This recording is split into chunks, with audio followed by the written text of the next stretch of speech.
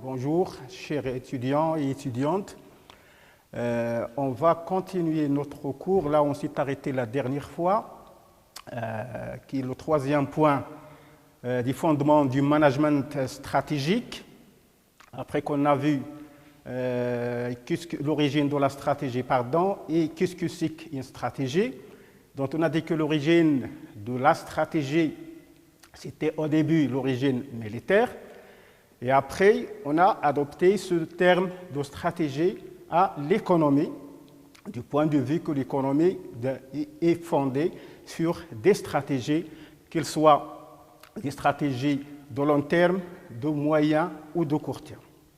Aujourd'hui, on va entamer le troisième point qui concerne les décisions stratégiques.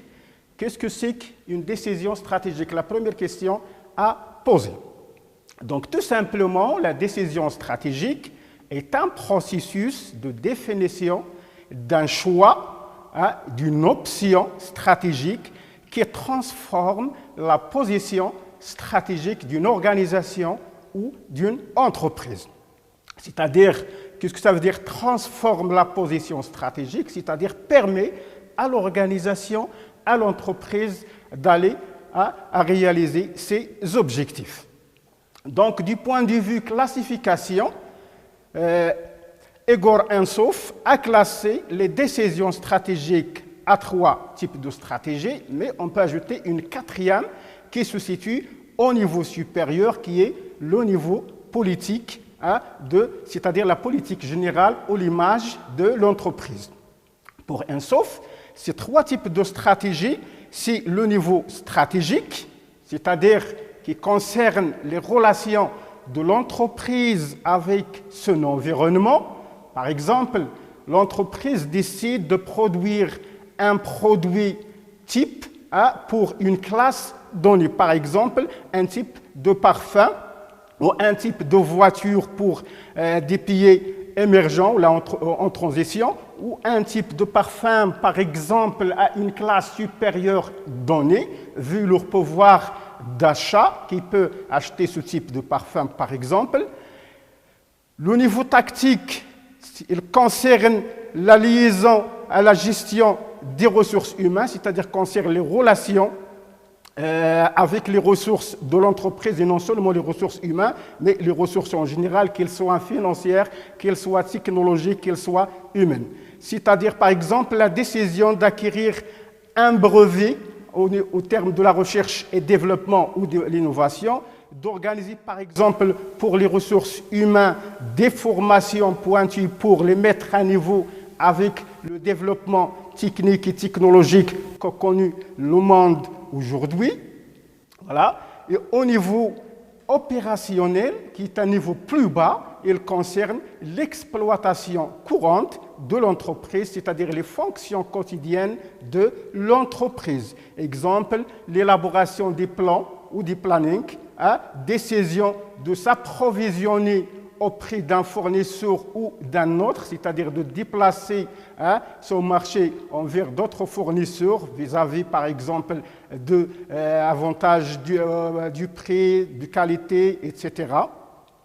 Et donc voilà, selon Ansoff, donc il a mis en évidence ces 3 types de stratégies. Le niveau stratégique qui concerne le long terme de l'entreprise, le tactique si vous voulez le court terme, et l'opérationnel, le moyen terme, et l'opérationnel, c'est le court terme.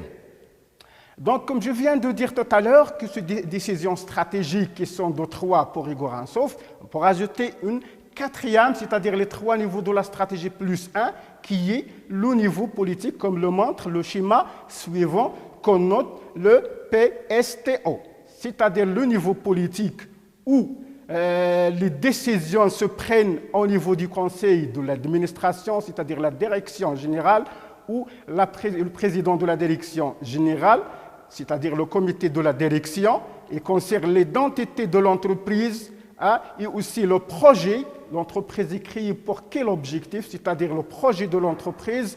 Il est c'est un projet ambitieux et économique, donc qui vise la croissance, la durabilité, la pérennité de l'entreprise, l'ambition sociale, c'est-à-dire l'amélioration des revenus, c'est-à-dire des salariés et des adhérents, etc. La valeur de référence est à un horizon supérieur ou égal à 5 ans. C'est pour cela qu'on dit le niveau politique, c'est-à-dire du long terme de l'entreprise, c'est-à-dire le niveau décisionnel pour décider des politiques générales de l'entreprise. Le deuxième niveau, c'est le premier qui a proposé Igor Ansoff, c'est-à-dire le niveau stratégique, où les cadres supérieurs et les directeurs généraux prennent ces décisions, c'est-à-dire les réunions du département, etc. À ce niveau, il s'établit les plans de l'entreprise, c'est-à-dire ces grands projets, c'est-à-dire le plan de développement du département. La différence entre le projet de l'entreprise au niveau politique, c'est que là, c'est l'identité, c'est l'image de l'entreprise. Et au niveau stratégique, c'est-à-dire les objectifs généraux et globaux qui concernent la durabilité de l'entreprise et la durée, selon le bouquin de l'analyse stratégique, page 40, c'est-à-dire il a situé la durée d'une stratégie au niveau stratégique entre 1 année et 3 ans. Au niveau tactique, le deuxième niveau de Igor Ansoff, c'est les réunions des services et les équipes, c'est-à-dire les chefs de service, les chefs d'équipe. Et là, les plans qui s'établissent à ce stade et les stratégies concernent les plans annuels entre 3 mois et 1 année. Le niveau le plus bas, le niveau opérationnel, qui concerne les employés, les salariés, les fonctionnaires, dont le rôle, c'est la mise en œuvre des stratégies proposées par les niveaux supérieurs, et les opérations concernent d'un jour à quelques mois, c'est-à-dire inférieur ou égal à 3 mois. Donc, concernant les définitions des décisions stratégiques, il y a un ensemble de définitions qui concernent ces décisions stratégiques.